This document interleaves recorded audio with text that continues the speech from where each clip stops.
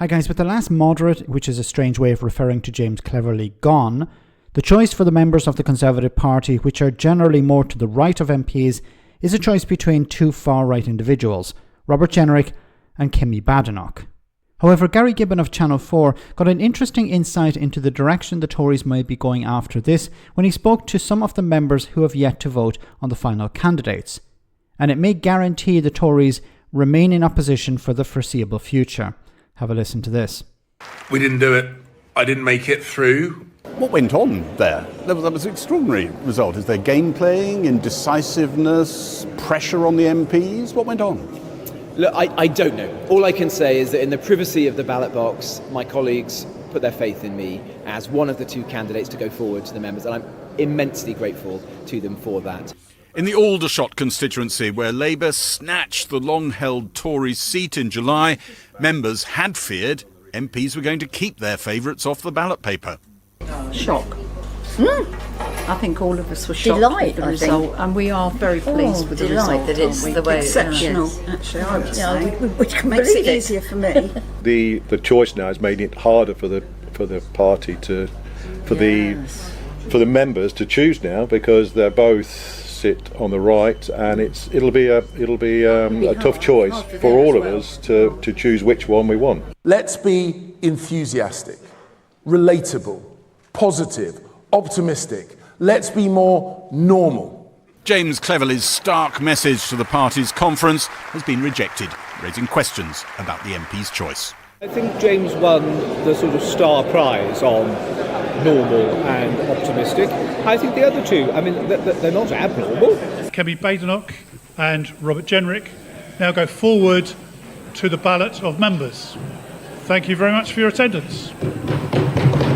The teams that had defeated James Cleverly were delighted, and so was our sample of Conservative members. I know a friend of mine who is a party member, and if it was Cleverly as leader, he would have left the party and gone to Reform. Now that saved one. I know that saved one member.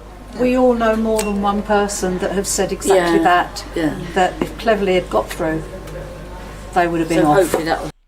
Oh God! So if James Cleverly had won the leadership, some of these people would have left to join Reform UK. Now, what you're going to see probably is, because you have two far-right candidates, they're going to try and outdo each other on the culture war. They're going to try and outdo each other on immigration. Because at least if there was a moderate candidate versus a far-right candidate, they would try and outdo each other on issues that they share common ground on. But now that you have two far-right candidates, they're going to be trying... I'm waiting for the first one to praise Nigel Farage and suggest that Nigel Farage should join the party. It's going to become absolutely insane between now and November the 2nd, I think, is when the final vote is. So for another few weeks, it's going to be complete and utter insanity in the Conservative Party. People trying to outdo each other. Who's more extreme? Who's closer to Nigel Farage? Who's stronger on immigration? Who's stronger on woke or anti-woke and culture wars? It's going to be an absolute mess. Now, it's interesting that they said a number of people would leave the party if James Cleverly won. James Cleverly, I'm no fan of, is probably the best person that the Conservatives could have had as leader, because he's somebody who can encourage those who voted for Labour in the last election, or even maybe some Liberal Democrats, to come back to the Conservatives. The ones who didn't turn out and vote, he could try and encourage them to come out. Instead, what they're going to end up with is a far-right individual who's going to be trying to pander to Nigel Farage. And this is going to turn off more and more moderate voters. People are going to look at the Conservative Party and say, we don't want to be like Nigel Farage. And I can see it now. I hope I'm wrong, but I can see a situation where there'll be talk of welcoming Nigel Farage into the party, copying and pasting Reform UK policies. But you can't out-racist the racist. You can't out-Farage. No matter what the Conservatives do, because we're talking about people who used to be in government, used to be in ministerial positions. Robert Jenrick or Kemi Badenoch. And whenever they start talking about immigration, Farage can say, well, I would do it better. They were in power for 14 years, or they were in power the last administration, and they did diddly squat. But if I was in charge, I would bring down immigration straight away. I would stop the boats.